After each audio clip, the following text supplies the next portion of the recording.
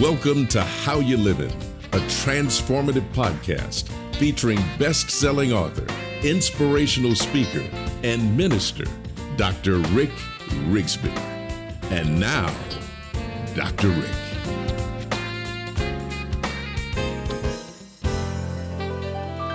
Hello, friends. Thank you so much for joining me today.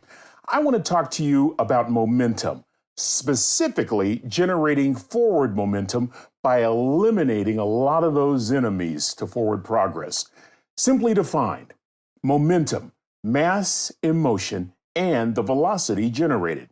Newton's second law of movement teaches us that momentum is a measurement of mass in motion. Any object moving has momentum. The momentum of an object is equal to the mass times velocity. In a very simple way, the only way I understand basic physics, I want you to think of momentum as the power generated when a body is moving. So think about a body in terms of everything from an organization to an individual. And you'll realize quickly that momentum affects every area of life, from success in business to success on the athletic field, all the way to completing chores around the house to reaching simple goals. That's why I believe that momentum is the trademark of forward progress. Conrad Hilton, that hotel mogul and founder of the Hilton Hotels, said on one occasion, "Success seems to be connected with action. Successful people keep moving. They make mistakes, but they don't quit." You know, there's a beautiful relationship that quote speaks to. That relationship between consistency and momentum is very important. Tony Robbins, the great motivator, he said on one occasion, "It's not what you do once in a while that shapes our lives. It's what we do consistently that shapes our lives." It reminds me of that Greek philosopher Aristotle. Aristotle said on one occasion, "You are what you repeatedly do. Therefore, excellence ought to be a habit, not an act." I'll tell you something, friends. If we want to generate forward momentum, we must be consistent in our behaviors. Now, after saying that, I have to confess to you, that's easier said than done. Let me give you a little sneak peek behind the scenes, if you will. It takes me about a week to prepare a single 15-minute podcast episode. From the original idea all the way through the reading and thinking to writing preliminary drafts to sharing those drafts with whatever staff member is around at the time, to edits and re-edits, and eventually to writing the final draft. It takes about a solid week. In my days of preparation for this podcast, I would get on a roll and then I would get interrupted. As long as I can stay on a roll, I can generate momentum. When I generate momentum, I can overcome mental lapses. I can work through physical fatigue. But when I get interrupted, I lose momentum, I lose energy, and the next thing you know, I'm done for the day. Now, I can't blame all those interruptions on external factors. I can interrupt myself just by simply daydreaming, and I get easily distracted, and the next thing you know, I'm off target, right? And so it caused me to identify a couple of enemies of momentum. See if any of you can relate to this. First enemy, distractions. Distractions just kill momentum. Not because distractions are necessarily bad or inherently evil, but because it takes so long to regroup and get back on track. I love what Robin Sharma said on one occasion. He said that the average person is distracted a minimum of 2 hours every single day, interrupted every 11 minutes, and then it takes 30 minutes to return back to a deep level of thinking. You pay the price when you allow yourself to get distracted. Here's a second enemy that really rises in my life: excuses. How easy it is for me to excuse myself from a task by justifying it based on what I think I want or how I may feel.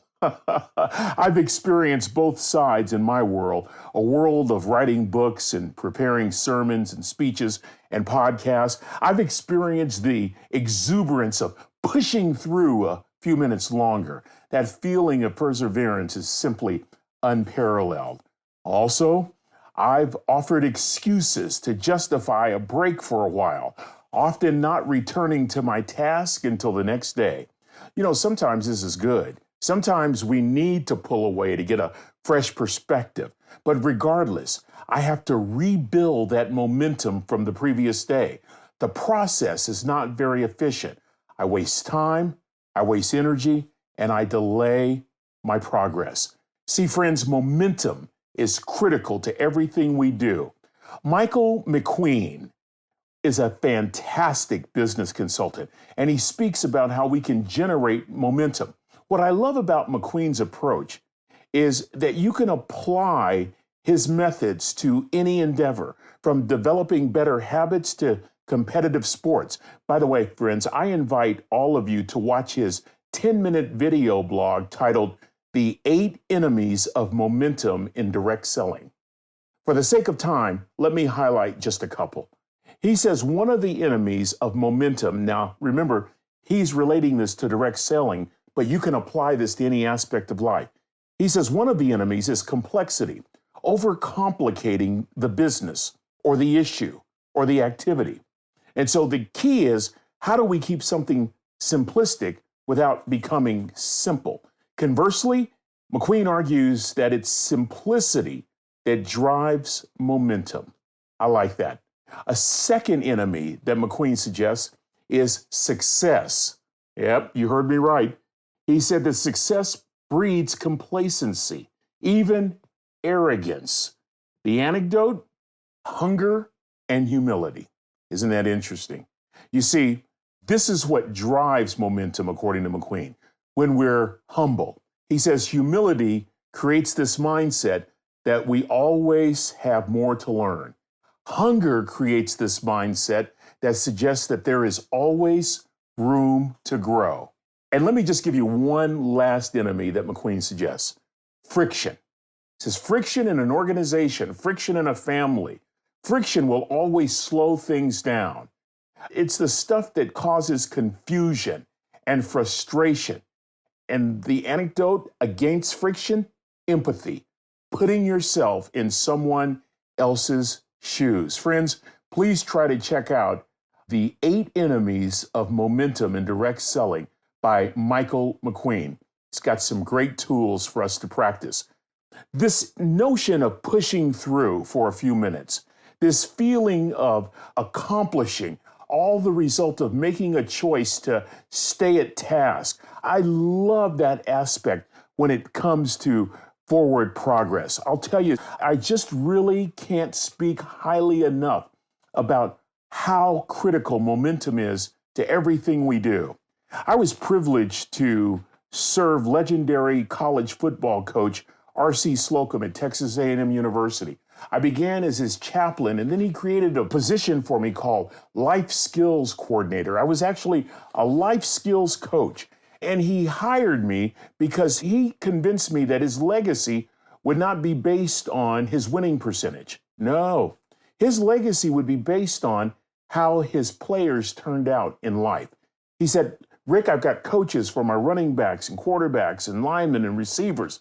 I've got coaches for my linebackers and my corners and my safeties and the members of the special teams, but I don't have anybody who is assigned specifically to teaching these young men essential life skills." So I spent years on his coaching staff. It was the experience of a lifetime, and I bring all that up to tell you this. The one thing that got under Coach Slocum's skin, perhaps more than anything else during a game, as a matter of fact, it angered every single assistant coach. It was when a mental lapse on the part of a player produced a personal foul. Watch this. The entire team was penalized, not just the player, but the entire team. That penalty often resulted in a loss of down and a loss of field position. Momentum was lost. If momentum is critical in football, and it is, just imagine that sideline greeting that awaited that particular player when you've caused the entire team to lose field position and suffer a deficit when it comes to momentum. Years ago, I came across a study from Harvard Business Review. I find this fascinating. Harvard Business Review studied a lot of knowledge-based employees, wanted to ask one question: what generates the highest degree of employee satisfaction? To my surprise, it wasn't bonuses or salaries or incentives, it wasn't vacations, it wasn't clear direction. The number one choice was when the employee sensed forward progress was taking place: momentum. When evaluating leaders, what is it that stops forward progress? That was the question that Harvard Business Review went back to that same study group and asked. They told them, look at the behaviors of the leaders above you and ask, what behaviors will stop forward momentum? Are you ready for this? Number one, indecision. Number two, withholding resources for no apparent reason. And number three, a self-righteous attitude. Oh man. Friends, let's examine some of these enemies from all of our sources today. Let's just review them briefly. The enemies of momentum: distractions, excuses, complexity, success, friction, indecision, withholding resources for no apparent reason, and a self-righteous, arrogant attitude. I want to decrease these variables.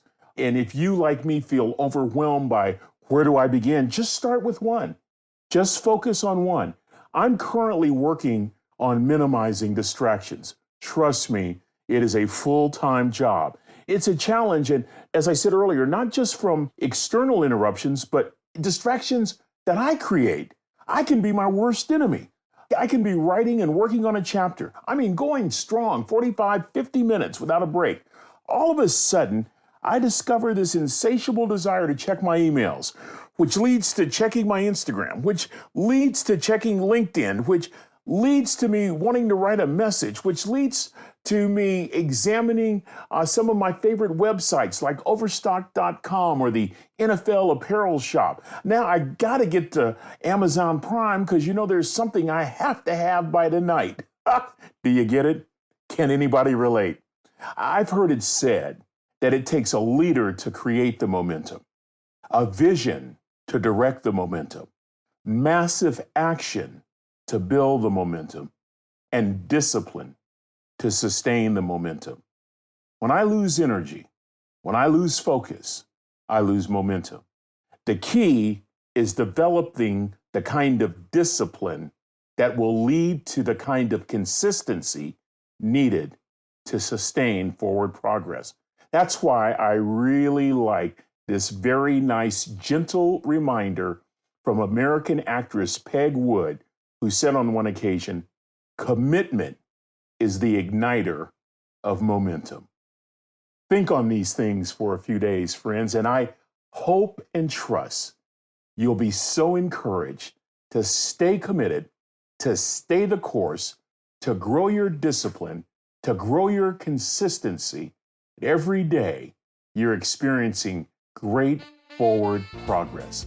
For friend, I tell you, that is the key.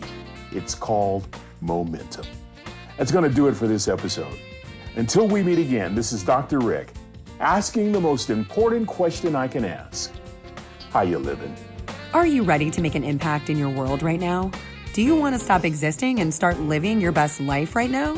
Dr. Rick wants to give you the first chapter of his best-selling book, Lessons from a Third Grade Dropout, absolutely free. Just go to www.rickrigsby.com/free gift to get the print or audiobook right now. This is thepodcastfactory.com.